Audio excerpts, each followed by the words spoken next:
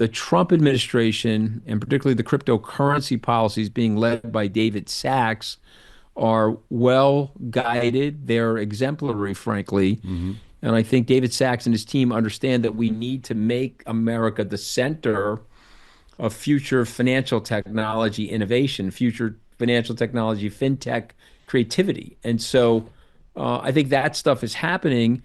And this asset, as I explain in the book, is a store of value. This is a long-term digital store of value. Right. And if we're correct about this $88,000 price will go to 888,000 Wow. because that would represent the same market capitalization of gold. And so is that going to happen today? No. Could it happen over a 5 or 10-year period? Yes. Bitcoin is on an insane trajectory, and the ride has only just begun. As traditional financial systems buckle under economic uncertainty and inflation, digital assets like Bitcoin are becoming the ultimate safe haven. With governments and financial institutions scrambling to adjust, the world is waking up to Bitcoin's massive potential. And who better to lead the charge than Anthony Scaramucci, the seasoned investor and political powerhouse, who believes that Bitcoin is about to take off in a way we've never seen before. Scaramucci isn't just watching the crypto wave, he's riding it. And he's predicting that Bitcoin's price could soar from its current $88,000 to a mind-blowing $880,000 within the next decade. Scaramucci attributes Bitcoin's skyrocketing price to its growing adoption and inevitable role as a store of value, much like gold. But that's not all. Under the Trump administration, the United States is not just dipping its toes in the water, it's diving headfirst into the future of financial technology, with Bitcoin and blockchain technologies leading the way. This is not just about currency, it's about setting the stage for a new era of economic dominance. Buckle up, because Bitcoin's crazy journey is just getting started, and the ride to $888,000 will be nothing short of explosive. Let's watch clips from Anthony Scaramucci's explosive interview to gain more insight. Don't forget to like, subscribe, and enable notifications for additional in-depth content. Thanks for joining us again. Enjoy the video. Again, I don't want to be overly critical. I just think it's not well thought out. The tariffs are not well thought out. And so tariffs are good, Jay, if you have a market that's being subsidized by another government. So let's say the Chinese government is going to its steel manufacturers and saying, here's extra dough. You'll now be able to price your steel in the U.S. market at predatory pricing, way below where the market should be. And then the United States should say, well, that's unfair to our workers, so we have to have a tariff to create an equalization. So when there's a predatory environment or something happening internationally that's threatening to our workers, then yes, you gotta have a tariff. But a blanket tariff like that is going to stall the automobile manufacturers. If the president goes through a 25% tariff like he's talking about with Canada, the average U.S. automobile will go up by 12,000 US dollars. So you will price that automobile out of the market for a lot of people. The market is down on the year now, down 2.5%. It's down since the president got inaugurated. And you would say, well, why is that? He's supposedly pro-business, but tariffs are not. Blanket tariffs like that and arbitrary tariffs like that are not pro-business. And let's be fair to the president for a second. He's saying that he wants these tariffs in place to restore manufacturing. That's what he wants. He wants to restore manufacturing. I'm sorry about that buzzer. No. He wants to restore manufacturing. I don't think that that works. We're in a totally different environment now. So market weakens, the president will pull those tariffs. He's pulled some of those tariffs twice now. Right. And he's delayed the tariffs on the automobiles till the 2nd of April.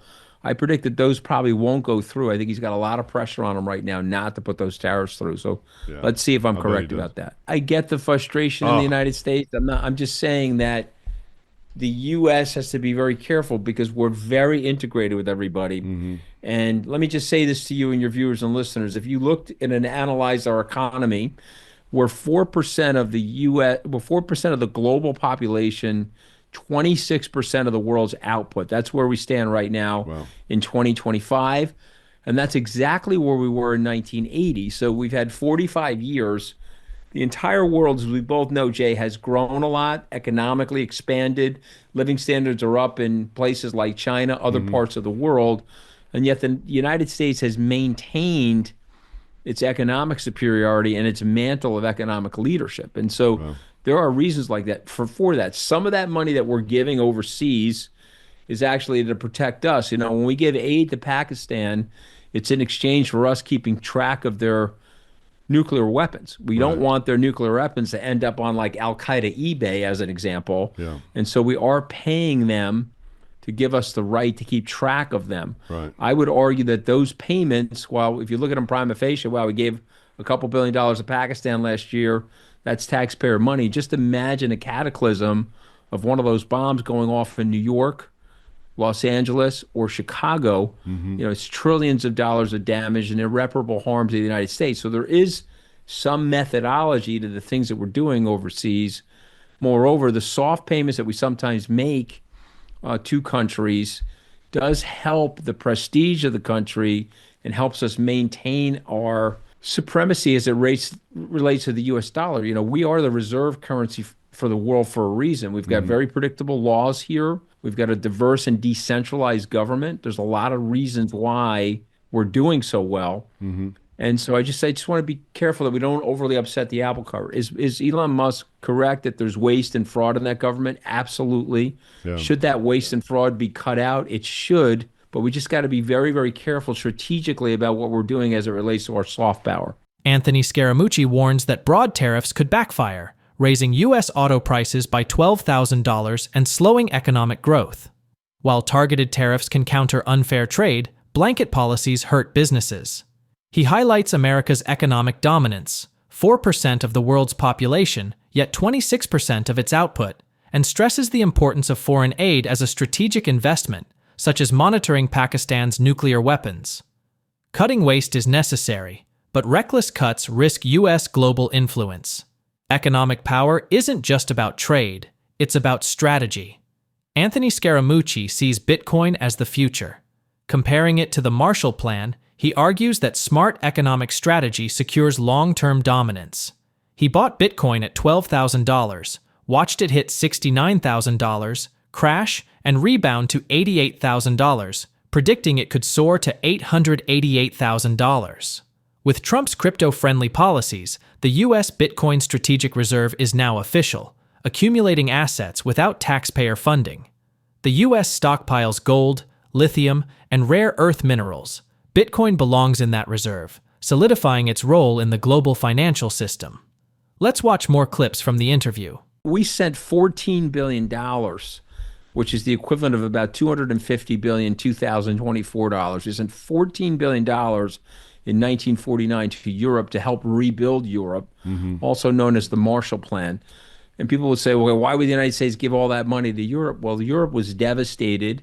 And if we didn't give them the money, they probably could have ended up in the jaws of the former Soviet Union, and it could have been communized. And that would have been devastating for U.S. markets, the capital market system, democracy, et cetera. So I could make the argument that that money was well spent, and it also gave America a big, rich market that we could export products into. So again, there's cost benefits to everything. And I think it's the same thing with the tariffs. There are benefits to those tariffs, and there are costs of those tariffs. I think we just need to think out what the costs and benefits are and recognize that everything is really, really connected. If you pull a string over here, it could unravel something on the other side of the economic equation. Where was it 5 years ago? So I bought my first Bitcoin at 12,000 in about October, September of 2020. Awesome. It went from 10,000 to 69,000 into November 2021, and then it dropped because of the leverage in the system, and there was a fraud committed by a big cryptocurrency exchange called FTX, and so it's a very volatile asset. It went from 12,000 to 69,000 Oh my gosh. to 20,000, and now it's back up at 88,000. But I think the good news, and again, I want to be balanced. The Trump administration, and particularly the cryptocurrency policies being led by David Sachs, are well guided. They're exemplary, frankly. And I think David Sachs and his team understand that we need to make America the center of future financial technology innovation, future financial technology, fintech creativity. And so I think that stuff is happening. And this asset, as I explain in the book, is a store of value. This is a long-term digital store of value. Right. And if we're correct about this $88,000 price will go to 888,000 Wow. because that would represent the same market capitalization of gold. And so is that going to happen today? No. Could it happen over a 5 or 10 year period? Yes. And again, if you own Microsoft the last 10 years, you did 10 to 1 on your Microsoft. You did very well. I think this is an asset like that. Executive order in the memorandum that came out of the White House, it was published last night. Wow. And basically, what they're saying is they're not going to use any taxpayer dollars. They're going to make sure that it's cost neutral to the United States. So, in other words, if they seize Bitcoin assets as a result of a crime or something like that, it's going to go into the reserve. Could they sell some assets to buy Bitcoin? That is quite possible as well. I think they made it very clear in that communique that the other coins are probably not candidates for the strategic reserve, but they could end up in a sovereign wealth fund situation in the U.S. Michael Grimes, who's been on Wall Street for a very long time, is going to lead the effort to create a sovereign wealth fund for the United States. And maybe there'll be some of those assets in there. But I think that the point is you're non-productive in some ways, but it would be very valuable to us if the rest of the world accepts Bitcoin as a digital store of value, like we have a strategic reserve in gold. I think it would be very valuable to us to have a strategic reserve in a digital asset like Bitcoin. And again, read the communique. They're going to keep the Bitcoins that they have. They're going to find revenue neutral ways to acquire more Bitcoin, and I think it's splitting the baby quite nicely. And so I don't think it's going to have a big negative impact on anybody. And additional taxpayer dollars are not going into it. But remember, and this is something everybody should know, we have about 27, 28 things in our strategic reserve. It's not just petroleum reserve and a gold reserve. We have palladium, lithium, rare earth minerals.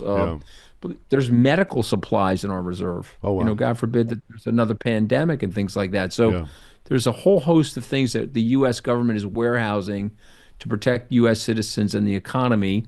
And I'm one of the people that believe that Bitcoin should be part of that. The global economy again feels the weight of trade wars, and Bitcoin is caught in the crossfire. With the EU imposing retaliatory tariffs in response to Trump's 25% tax on steel and aluminum, analysts warn of potential volatility in traditional and cryptocurrency markets.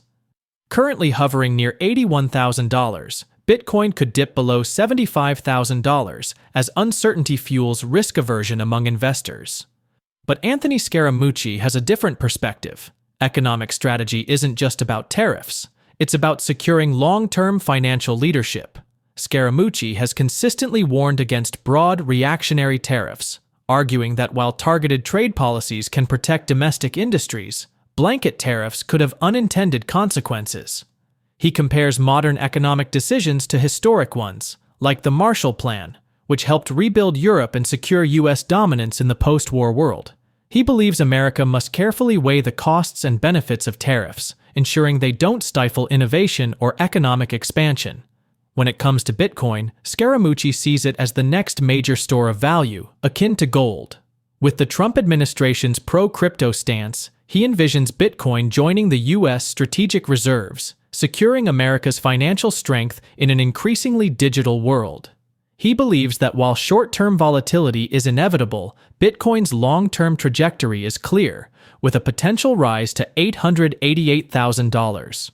As trade wars shake global markets, Scaramucci argues that Bitcoin is not just an investment, it's a strategic necessity. As we wrap up, do you believe Bitcoin can act as a hedge against economic instability in a world facing trade wars and inflation? Let us know your thoughts in the comments below. Share this video and hit the like button. Thanks for watching, and don't forget to like and subscribe.